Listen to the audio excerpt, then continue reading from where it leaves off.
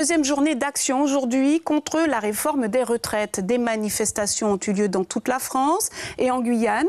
Elle a été très peu suivie dans l'île de Cayenne. 7 fois moins de personnes aujourd'hui que jeudi dernier ont défilé dans les rues. Environ 200 manifestants entre le MEDEF et la Sécurité sociale pour demander le retrait du projet Macron. Toutes les organisations syndicales étaient représentées.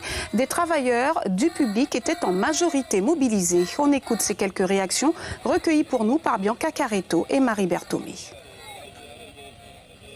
Qu'on arrête de nous prendre pour des couillons, qu'on arrête de nous vendre cette retraite à point qui n'a aucun sens et qui du jour au lendemain peut redevenir n'importe quoi. Donc nous ne lâchons pas l'affaire, nous irons jusqu'au bout.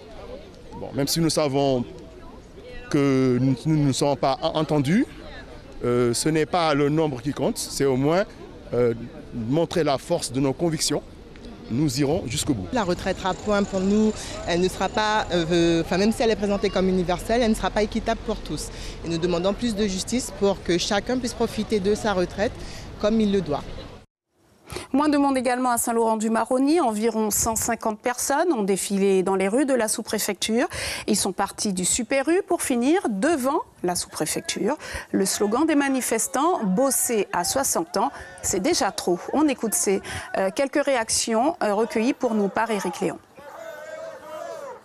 J'ai fait 42 ans de... comment ça s'appelle là? Et puis ce qu'on me donne là, c'est pas bon. Non, c'est pas bon. Non. Il faut qu'il change ça.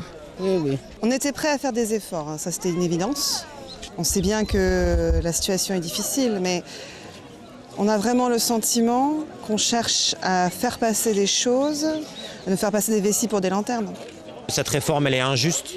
Les richesses, on en produit 10 fois plus qu'il y a 20 ans.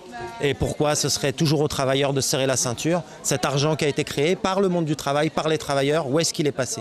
Ce sont les grandes entreprises, ce sont les grands actionnaires qui récupèrent cet argent-là. Et en plus, on voudrait nous faire les poches avec la retraite. On a envie que nos voix puissent être entendues. Quelles sont les solutions maintenant, quand on a un gouvernement comme ça? Suivez l'info sur Guyane la Première, télé, radio et Internet.